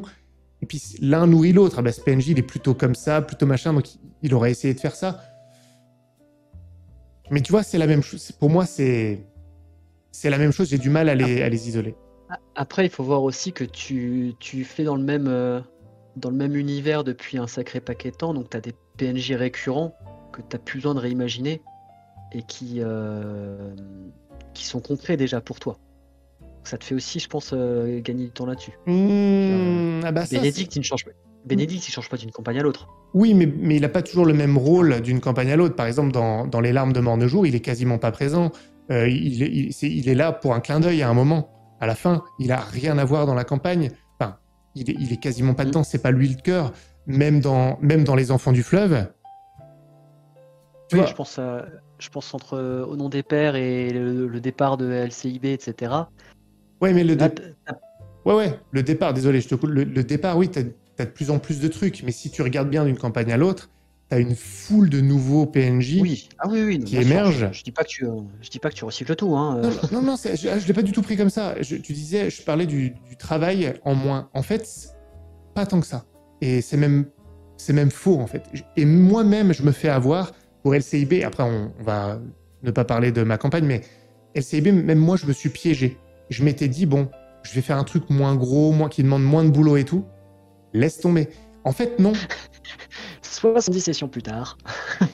Non, et en fait, même dans le cas, mais c'est intéressant parce que même dans le cas d'un monde persistant, justement, si tu veux renouveler les choses, tu peux pas faire des histoires tout le temps autour des mêmes personnages. Et quand tu veux en avoir des récurrents, et moi j'adore ça, ils n'interviennent pas de la même manière d'une campagne à l'autre, et ça n'empêche absolument pas la nécessité qu'il y ait plein de nouveaux en fait. Et en fait, non, ça fait pas gagner du temps, du tout. Parce qu'en plus, ça complexifie. Plus il y a de monde, plus il y a un monde vivant, plus ça a des impacts sur d'autres PNJ, en fait. Donc non, ça fait pas gagner du temps. Et ça change pas, si tu veux, la logique de comment la toile de fond elle est créée. Sauf peut-être quand il y a un point de départ, et en plus c'est une joueuse qui m'avait demandé ce point de départ, qui m'a obligé à aller chercher un point de départ récurrent que j'avais pas anticipé. Enfin bref, parenthèse terminée là-dessus. Je voudrais pas qu'on parle trop de ces campagnes-là. Non pas que j'aime pas, hein, mais le sujet était la tienne en l'occurrence. Donc ouais, non, mais c'est intéressant que tu sois inspiré par ces PNJ. Et est-ce que ça s'est confirmé à mesure que tu as eu cette évolution dans la manière de faire? Ouais, clairement. C'est pour moi vraiment le principe de base de comment je crée mes sessions, mes scénarios, mes préparations, même sur les one-shots. En général, j'ai l'idée de 2-3 personnages forts et je vais voir comment je vais imbriquer les choses autour d'eux pour que les relations entre eux soient cohérentes avec l'idée de pitch que j'ai, on va dire. Mhm. Mais souvent, ouais, j'ai un pitch et à partir du pitch, je vais avoir des personnages et à partir des personnages, je vais construire le reste. D'accord. Ok, ok. Ouais, non, parce que ouais, c'est vrai, non, c'est. Moi, je pense, et encore une fois, je réfléchis en discutant dans cette conversation, hein, j'avais pas la réponse avant. Moi, je pense que je me concentre d'abord sur les événements et ce qui s'est passé, des segments d'événements, des sujets, des thématiques, et ensuite, je vois, bah justement, tiens, pour rejoindre ce que tu disais, je vois soit quels personnages préexistants de l'univers peuvent avoir été impliqués dans ces segments que j'ai en tête, ou alors quels sont les personnages nouveaux que je pourrais faire émerger et qui seraient cohérents dans un événement de ce type. Tu vois? Mm. Ouais. Ok, ok, non, mais c'est intéressant. Et donc, alors c'est marrant parce que tu dis que ça t'a fait gagner du temps dans la préparation. Mais, avec le rajout des sons et musiques, ça compense pas tu repères pas un peu derrière? Alors, au début, clairement, j'ai perdu beaucoup de temps là-dessus. Maintenant, sur ma campagne, j'ai pas non plus besoin de rechercher des sons à chaque fois. Euh, j'ai j'ai trouvé pas mal de musiques, on va dire, qui correspondent à certains thèmes qui sont récurrents dans la campagne et que je vais réutiliser euh, souvent. Alors, en tout cas, avec mes joueurs actuels, c'est comme ça que je fais. Je sais pas si avec des joueurs aussi habitués aux ambiances musicales que vous, ça passerait aussi bien. Mais en tout cas, avec eux, ça marche bien et moi, ça me fait gagner beaucoup de temps de préparation, donc ça me va aussi. Mais ouais, on revient beaucoup sur. Il y a beaucoup de récurrences au niveau des musiques entre les différentes sessions, parce qu'il y a quand même des scènes récurrentes, enfin, des types de scènes récurrentes. Je vais pas chercher une musique différente parce que j'ai déjà utilisé la première il y a 2 sessions avant, quoi. Ouais, d'accord. Je pense, ouais, ça c'est toujours délicat. Je trouve que les joueurs s'habituent vite, et tu l'as dit même pour les tiens, hein, qui voudraient pas revenir. Moi j'ai remarqué, hein, ils s'habituent vite à quand ils ont goûté à tel truc, soit les musiques, les sons, les toiles de fond dont tu parlais, les personnages fouillés, que sais-je. Euh, Après, même pour certains, malgré eux, ils ont du mal à redescendre sur autre chose. J'en connais. Allez, je vais essayer de citer aucun nom là. On verra si les gens qui les connaissent reconnaissent de qui je parle. Mais tu vois, même moi, je suis le premier à dire, alors que je suis un fou des musiques, des bruitages, c'est même abusé. Pour autant, quand je conseille aux gens, je dis non, mais en fait, t'es pas obligé d'aller jusque-là pour que ce soit bien. Et je dis même pas ça de manière condescendante. T'es vraiment pas obligé. Mais il y a certains bruitages, franchement, on peut s'en passer, ça changerait que dalle. Soyons clairs. Des fois, c'est important, hein. Mais eh ben, il y a quand même certains joueurs qui, quand il y a pas le bruitage, même moi, hein, on me l'a dit, hein, ah là, je m'attendais à un petit bruitage. J'ai envie de dire, mais sérieux? Je suis toujours pas remis que t'es pas le bruitage du crachat, hein. Attends, si, je l'ai maintenant. Je l'ai rajouté parfait. juste pour toi en plus. Parfait, maintenant plus personne ne Non, crache. non, je l'ai. J'en ai tellement là. Je pense que sur la communauté rôliste en ligne, il n'y a personne qui a autant de bruitage et tout. Mais c'est même pas forcément nécessaire. Je disais juste plus pour te répondre à toi. Ouais. Et c'est vrai que quand tu disais, ouais, je sais pas si ça marcherait avec tel. Je pense que c'est aussi le rôle des joueurs aussi de s'adapter dans une certaine mesure. Je dis pas qu'on peut pas savoir ce qu'on aime, tout ça. Les sons et les bruitages, enfin, moi, ça me pose aucun souci qu'il y ait des récurrences. Même parfois, c'est très bien qu'il y en ait, de musique et autres. Et je préfère des MJ qui font ça de manière modérée que certains qui en font une priorité au détriment du reste. Parce que là, c'est l'erreur fatale pour moi, sur les sons et musique. Autant je les adore, autant ça peut vite te phagocyter tout le reste. Ah bah clairement, je vois que je passe encore beaucoup de temps moi à changer le machin. Ah merde, c'est trop fort. Ah merde. Et tu perds les 2-3 secondes, 2-3 secondes à chaque fois et clairement. Ce qui mène à une... J'ai encore 2 choses que j'aimerais voir. Alors malheureusement, je vais avoir que 30 minutes de plus aujourd'hui. Là, exceptionnellement, je pourrais pas aller plus que ça. Et il y a encore 2 sujets que j'aimerais voir avec toi. Et c'est la bonne opportunité, justement, tout ce dont on a parlé de la préparation, de ta vision du jeu, de ce que tu fouillais plus maintenant, du style de campagne.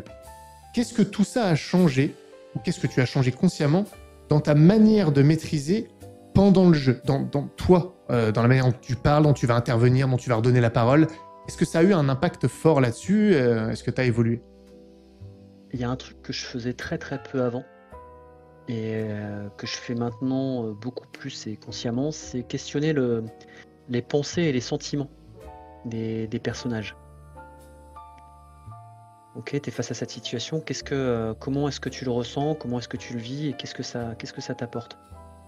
Et ça, je faisais pas du tout avant. Si les joueurs en parlaient pas, ça m'en passait à la suite.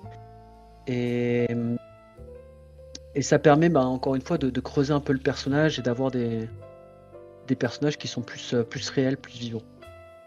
Ça, c'est clair que c'est un truc que je faisais pas du tout avant, que je cherche à faire maintenant pour donner de la matière. Après, sur le reste, est-ce que ma façon de maîtriser en partie de redonner la parole, etc., a beaucoup changé? Je suis pas sûr. J'ai pas l'impression d'avoir beaucoup changé sur ce point-là, ma façon de maîtriser. Ouais, c'était un exemple, hein, quand je disais Ouais, ouais. redonner la parole. Je parlais vraiment de ta manière d'être. Là, on a parlé beaucoup préparation, Ouais, de tout ouais, non, ça, tu mais vois. non, je pense que s'il y a un autre truc sur lequel j'ai quand même changé, du coup, forcément en jeu, c'est que comme je prépare plus de choses aussi par rapport aux joueurs, je vais je vais avoir plus souvent des petits trucs que j'ai préparés pour un ou plusieurs joueurs qui vont m'amener à passer du temps avec un joueur ou un petit groupe et pas toujours avec le groupe entier. D'accord. Ce qui implique du coup forcément de jouer tous ensemble et pas de partir à chaque fois dans un salon parce que sinon c'est le bordel. Ok. Donc ça va ensemble quoi. J'ai évité de rebondir trop là-dessus parce que, alors, ça va donner l'impression que je te tacle. C'est pas ça, mais c'est l'opportunité. En fait, c'est très bien ce que tu as dit sur le fait de questionner plus le joueur sur ce qu'il pense, ce qu'il ressent, etc. C'est un bon truc. D'ailleurs, je l'ai cité récemment dans une de mes dernières vidéos. Il y a un YouTuber anglo-saxon qui, dans les 3 questions phares qu'il pose à ses joueurs, il y a que penses-tu, que ressens-tu? Et c'est vrai que c'est un truc qui permet d'aller chercher les joueurs, d'ailleurs, qui le font pas spontanément. C'est un bon truc. Pour autant, et là je te réponds pas à toi, hein, ça me permet de dire soyez attentifs, probablement que ma prochaine vidéo sera sur ce sujet, parce que maintenant c'est un peu rentré dans c'est devenu la mode, et cette question elle est posée tout le temps, dès le début d'un scénar, ou quand il n'y a pas encore la matière pour que le joueur est vraiment derrière. C'est devenu un systématisme qui est un peu exagéré, et qui des fois me fait un peu rouler les yeux. Encore une fois, hein, je te réponds pas spécifiquement, et je suis pas en train de critiquer ce questionnement-là que j'utilise moi-même, mais voilà, il y a le simple fait de dire que penses-tu, que ressens-tu, comme ça, là, ça suffit pas. En fait, il faut que ce soit au bon moment, il faut qu'il y ait de la Il faut matière. qu'il y ait une situation, il faut qu'il y ait quelque chose Voilà, qui amène une pensée ou quelque chose de fort, une émotion forte. c'est ça. Oui, si tu te promènes dans la rue, on s'en fiche quoi. À moins que ça soit vraiment suite à une autre scène, il y a 2-3 minutes, on n'a pas eu le temps d'évoquer. Bien sûr, Voilà, il y a une raison, mais quoi. oui, C'est, d'accord, faut qu'il y ait une raison. ok, il y a une raison. Si j'étais taquin, je dirais que avant de poser la question que pensez-vous ou que ressentez-vous, posez-vous la question à quelle fin je poserai cette question. Et je vous renvoie vers ma dernière vidéo sur la chaîne, la Il est question très, qui très vous aidera fort. le plus en jeu de rôle. Ça vous en dira beaucoup plus. Écoute, sur tout ça, là on a parlé de beaucoup de choses, tu as changé plein de trucs, tu as analysé, il y a eu plusieurs cycles, tes joueurs t'ont suivi, enfin, ça fait vraiment beaucoup de trucs. Quels ont été les plus grands défis que tu as rencontrés dans cette transformation-là, des choses qui t'ont semblé finalement plus difficiles que prévu, ou difficiles tout simplement, qui t'ont posé problème? Enfin voilà, tu vois cette question de manière très large. Ce qui m'a posé le plus de problèmes, je dirais que c'est un peu le bilan de la campagne qu'on a faite ensemble. C'est de trouver vraiment le curseur entre ce que je veux faire en personnel, amener les joueurs sur des trucs qui leur sont propres, et l'enjeu global, l'enjeu commun pour le groupe. Le fait de donner du jeu aussi et d'amener tout ça dans le jeu et pas juste d'avoir ces scènes et le jeu à côté. C'est c'est vraiment un truc que quand on a fait la campagne des Nerfs du Sang, je me suis dit, allez, je veux vraiment pousser sur le personnel viscéral, voir comment j'arrive à utiliser ça, et je veux faire une campagne où j'utilise vraiment ça.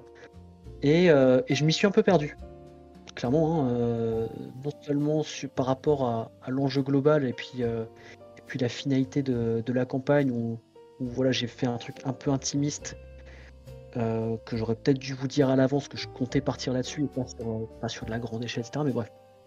Et ouais, je me suis un peu perdu sur ce fait de vouloir vous faire des choses personnelles, vraiment impliquer vos personnages, etc. Et du coup, il n'y a pas assez de jeux qui font avancer le groupe dans une même direction. Et ça, c'était une grosse difficulté que j'avais pas du tout anticipé. Et qui change totalement de ce que je fais sur mon autre campagne, où il y a le jeu commun, et j'ai greffé un petit peu des scènes, mais vraiment saupoudrées parce que j'avais beaucoup moins de matière que ce qu'on a fait avec vos créations de personnages, etc. Donc on va dire, voilà, c'est d'un côté j'avais 10% de personnel et 90% de global, et avec vous j'étais beaucoup plus sur du 70%, 80 peut-être pour cent de personnel et pas assez de jeu. Donc voilà, ça c'est vraiment le gros écueil dans lequel je suis rentré. Je pense il y a une bonne leçon là-dessus à tirer, c'est que, tu vois, si on reprend ton premier cycle, par exemple, c'est pas parce qu'il y a eu une transformation vertueuse à plein d'égards que tout était à jeter dans ce qu'on faisait avant. Et ça, moi, c'est un truc que j'ai réalisé. Voilà, ça fait plusieurs mois avec ma chaîne. J'ai une volonté de dire voilà comment on peut faire. Je vous propose ma vision, vous en faites ce que vous voulez. Et je vois des gens, et ça j'en suis très content, qui s'y essayent, ou qui veulent au moins prendre des petits bouts et tout ça, enfin tu vois, qui s'intéressent, sinon ils seraient pas là, on va pas se mentir là-dessus. Et qui, malheureusement, dans certains cas, ça m'ennuyait même pour eux, en fait, font là une bascule totale en reniant même des éléments d'avant qui pouvaient fonctionner. En fait, tout n'est pas acheté, et notamment cette notion de jeu. L'avantage d'un jeu sans personnel et viscéral, sans tout ce dont tu as parlé aujourd'hui, même au-delà du personnel et viscéral, toutes les transformations que tu as opérées, l'avantage d'un jeu sans ça, c'est qu'on se concentre sur le jeu. Parce qu'il n'y a que le jeu. Et c'est quand même l'élément central qui ne doit pas disparaître avec un but commun, à minima, en tout cas une direction commune, même si c'est pas forcément pour les mêmes buts d'ailleurs, qui justifie l'existence du groupe. Donc ça montre que ta transformation, elle est super, mais ça veut pas dire que tout ce que tu faisais avant, c'était de la merde. Tu vois ? Juste pour revenir sur ce que tu viens de dire, c'est même pas forcément juste la direction du groupe, le fait d'avoir un objectif commun, mais c'est le jeu en lui-même. Les situations de jeu qui doivent aussi amener le groupe à avancer. Il y a un objectif commun, certes, mais l'objectif commun ne suffit pas à ce que les scènes et les enjeux personnels soient communs. Je sais pas si c'est clair ce que je raconte. Si. Mais oui, effectivement, tout ce que je faisais avant n'est pas acheté, et j'ai pas oublié ce que je faisais avant sous prétexte que je veux faire autrement. Mais c'est une façon, c'est aussi un curseur à trouver, c'est un équilibre, et puis voir comment on veut faire tout ça pour que ça plaise à la fois aux joueurs et aux MJ, quoi. Tout le monde n'a pas les curseurs au même endroit, ça c'est sûr. Non, c'est vrai. C'est vrai. Je réfléchis à ça parce que plus qu'on le croit quand même. Ça, c'est pas populaire. Après, sauf si tu prends les gros extrêmes, ceux qui adorent faire des donjons et qui veulent du loot, tout ça, ce qui se respecte, effectivement, là.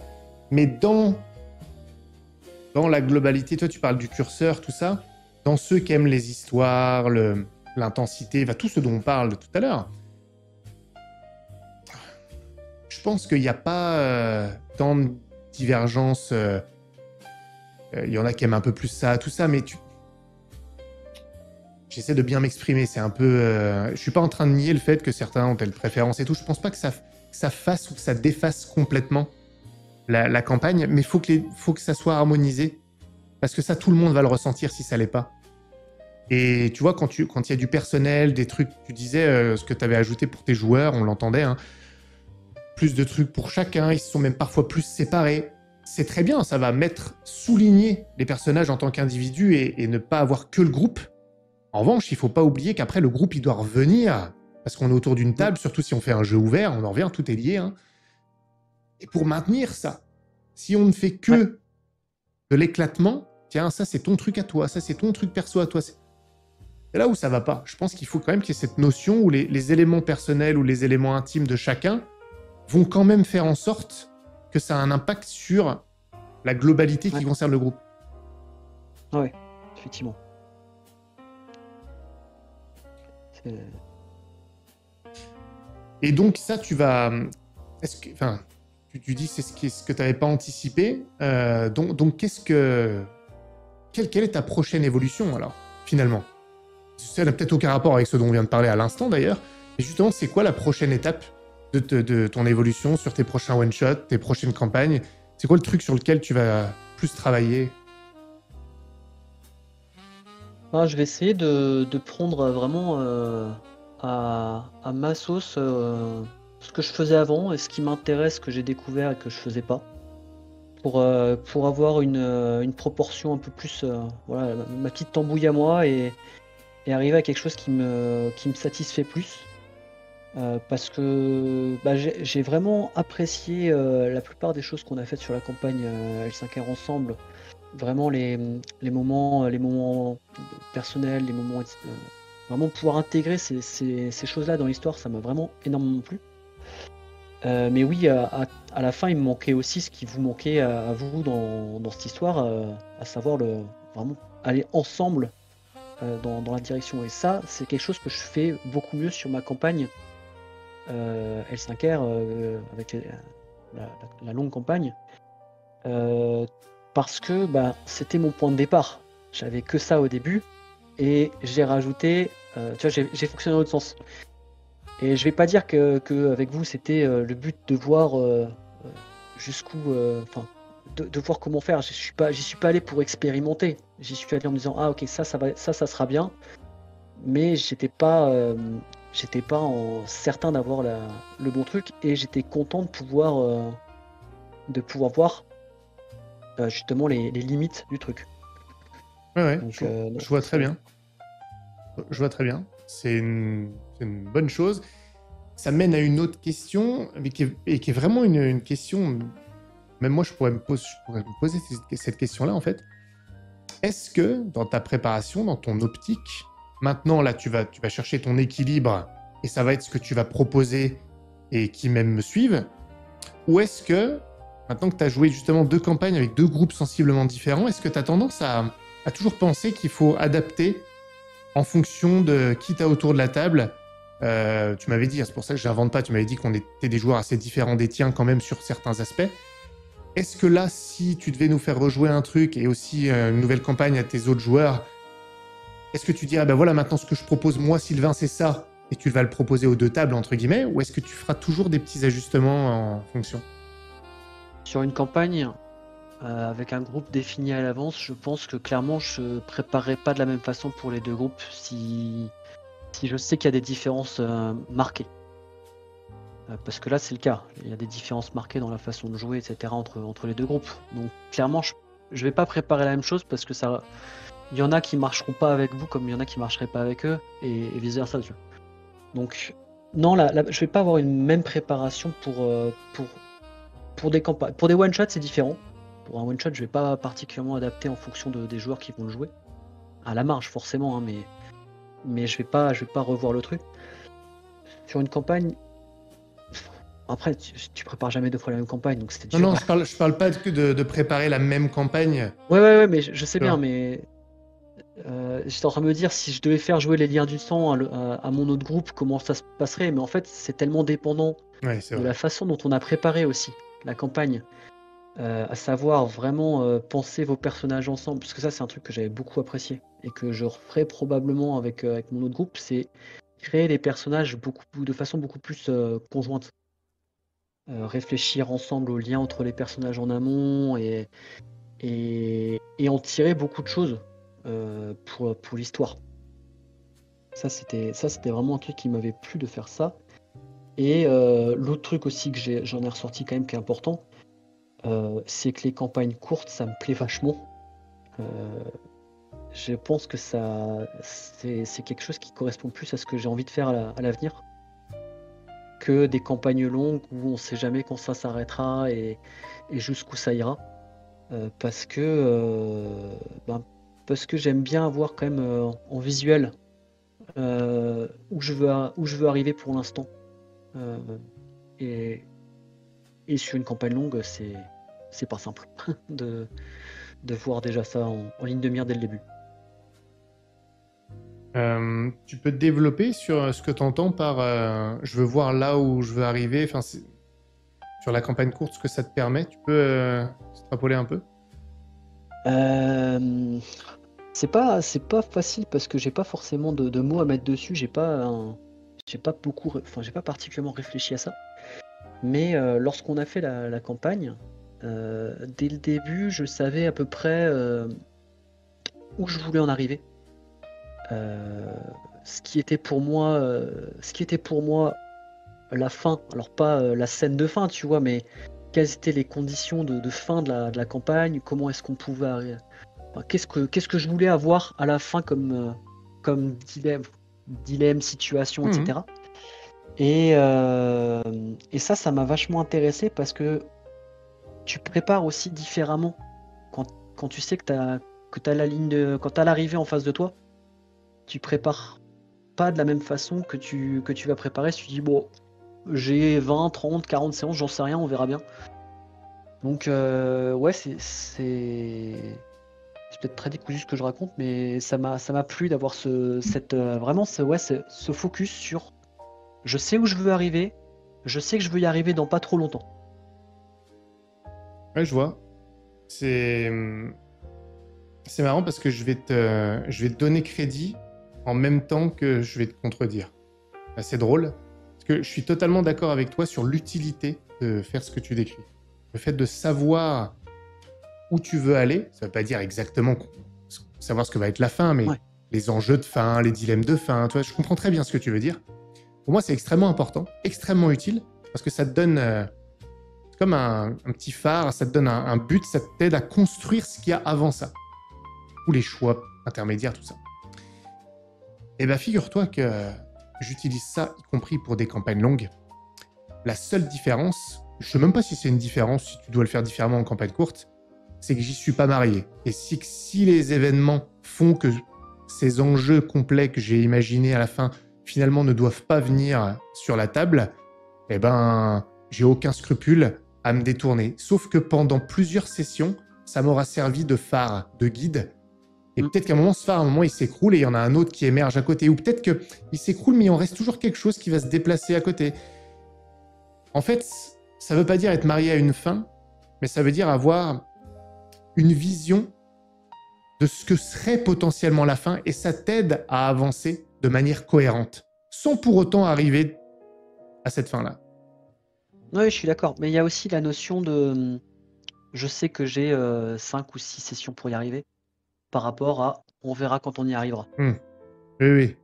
Après ça, c'est le façon de travailler entre guillemets de chacun, hein, mais je sais que moi, si j'ai une deadline, je travaille mieux aussi que si j'en ai pas. Ouais, je comprends très bien. Donc voilà, ça fait partie de ça. Après, j'avais jamais vraiment testé de campagne courte avant de faire la campagne de GOT et celle-là, qui était, et ça m'a vraiment plu comme style. Alors qu'il y a encore 1 an avant qu'on fasse le Game of Thrones, j'aurais dit: «Ouais, est-ce que j'aurai le temps de développer tout ce que je veux développer? Est-ce que c'est aussi sympa que ça de faire une campagne, courte? Est-ce que voilà». Mais ouais, à l'avoir testé, ça m'a beaucoup plus plu que ce que j'ai pu faire comme campagne longue jusqu'à présent. Qu'il faut dire, se sont rarement arrivés jusqu'au bout, voire jamais. Ça, c'est quand même un critère très C'est important ça. dans la comparaison. Et c'est aussi un avantage des campagnes courtes, c'est que tu es plus sûr d'arriver au bout que sur une campagne longue. Bah ouais. Donc, Mmh. même moi, je l'ai dit, je sais plus dans quelle vidéo, j'avais expliqué que pour moi, une campagne longue, c'était une campagne qui durait 8-9 mois, et que plus elle était longue, moins vous aviez de chance, plus il y avait de risques qu'on n'arrive pas au bout. Bon, je me suis retrouvé dans une campagne beaucoup plus longue que ce que j'avais imaginé, comme quoi Mais le risque est toujours plus important que ça soit coupé court avant la fin, hein. Donc ça, c'est factuel. Tu sais déjà ce que va être ta prochaine campagne courte, alors? Pas encore, pas du tout. Ok. J'ai pas encore réfléchi à ça. Bon, de toute façon, là, on a une campagne qui va se lancer, nous, donc je vais pas vous en proposer une tout de suite, mais avec mon autre groupe, je pense que j'en parlerai courant octobre, une fois qu'on aura fini la campagne actuelle, qu'on aura discuté un petit peu des retombées, etc. Je pense que j'en discuterai avec eux, voir s'ils veulent encore faire du L5R. Je pense que oui, parce ils aiment beaucoup l'univers. Et faire un truc à la suite de ce qui s'est passé, tu vois, pas une suite directe, mais comme ce que tu fais aussi, ou ce qu'on voit souvent avec des petits rappels de ce qui s'est passé 3 ans auparavant, ou je sais pas combien de temps auparavant, tu vois. Et puis voilà, après on verra. Ok. On verra ce que ça donnera. Alors, tu peux faire un monde persistant et évolutif, mais fait de campagne courte, hein. C'est tout à fait... c'est même très intéressant, d'ailleurs, je trouve, parce que ça te fait comme une sorte de fresque, malgré tout, même si tu as des campagnes courtes, sans être tributaire de la durée d'une campagne longue. Donc, essaye-toi à ça. Moi, j'ai hâte de savoir ce que ça aura donné. Cher Sylvain. Bon, bah écoute, là, on arrive au terme du temps qui m'est imparti aujourd'hui. Je te remercie d'avoir partagé tout ça, c'était bien intéressant. Moi, ce que j'en retiens, cette discussion, c'est que parfois, pour initier du changement, il faut un peu se botter le cul, pardonnez-moi l'expression. Il faut tenter des choses aussi comme tu l'as fait. Il faut parfois aller même jusqu'à aller tester les limites d'une chose qu'on essaie d'aborder. Tu l'as dit comme tu l'as fait avec notre campagne, pour voir justement où sont les limites. Tant qu'on ne va jamais les tester, on ne les trouve pas. Ça permet d'en distinguer les contours. Puis ça montre aussi que, en testant comme ça, on se rend compte qu'on aime des trucs dont on ne pense pas qu'on aurait pu apprécier. Ça vaut pour les MJ. Toi, tu viens de donner un exemple. Ça vaut pour les joueurs aussi. Tu as donné l'exemple des tiens, qui ont évolué aussi sur leur pratique. Donc, tester le narratif, le personnel et le viscéral. En gros.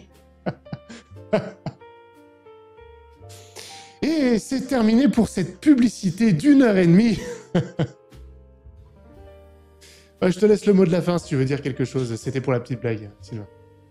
Bah écoute, moi ce que je veux dire en mot de la fin, c'est qu'il y a aussi une chose qui était très importante pour moi dans tout ça, c'est d'en discuter avec des gens aussi, sur le Discord notamment.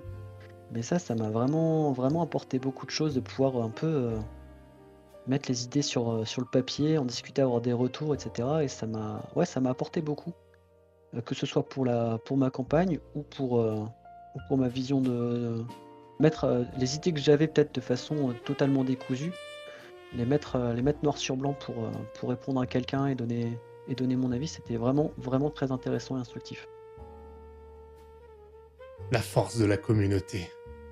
Et oui, c'est ensemble que nous pouvons réussir, n'est-ce pas? Voilà le mot de la fin. Merci Sylvain. Écoutez, je pense que c'est un bon mot de la fin. Nous, de toute façon, Sylvain, on se retrouve très bientôt pour une campagne en commun. On se retrouve sur le Discord.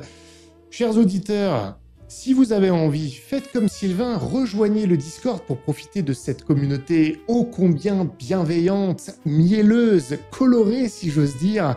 Vous verrez, tout le monde vous répondra et on va pouvoir participer aussi pour vous aider. Et puis, vous pourrez peut-être nous aider aussi, qui sait.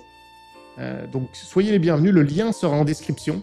Malheureusement, vous ne pourrez pas cliquer dessus parce que YouTube m'a enlevé mes fonctionnalités avancées. Allez savoir, hein, ceci est un mystère. Il faudra donc faire copier-coller. Bon courage pour les moins doués d'entre vous. Et j'espère vous retrouver très bientôt donc sur le Discord ou plus tard sur la chaîne. Salut à tous!